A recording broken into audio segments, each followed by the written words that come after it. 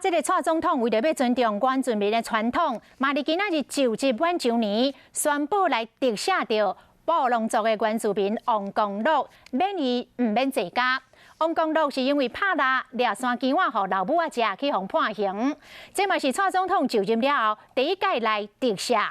王公禄嘛透过电话表达伊的心情。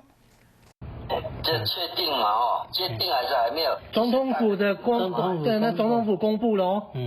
非常高兴啊！哦，真的，我已经等很久了哎。他也不知道了啦，因为这有失智了，但是还认得我了。 王公禄是2013年举非法土造的长枪到山顶去拍蜡，掠到保育类的山鸡仔甲山羊尾啊各一只，要互老母仔食。结果洪用违反野生动物保育法甲庆炮管制条例，判刑3年6个月确定。蔡总统今仔日甲特赦免坐监，但是并无甲免罪。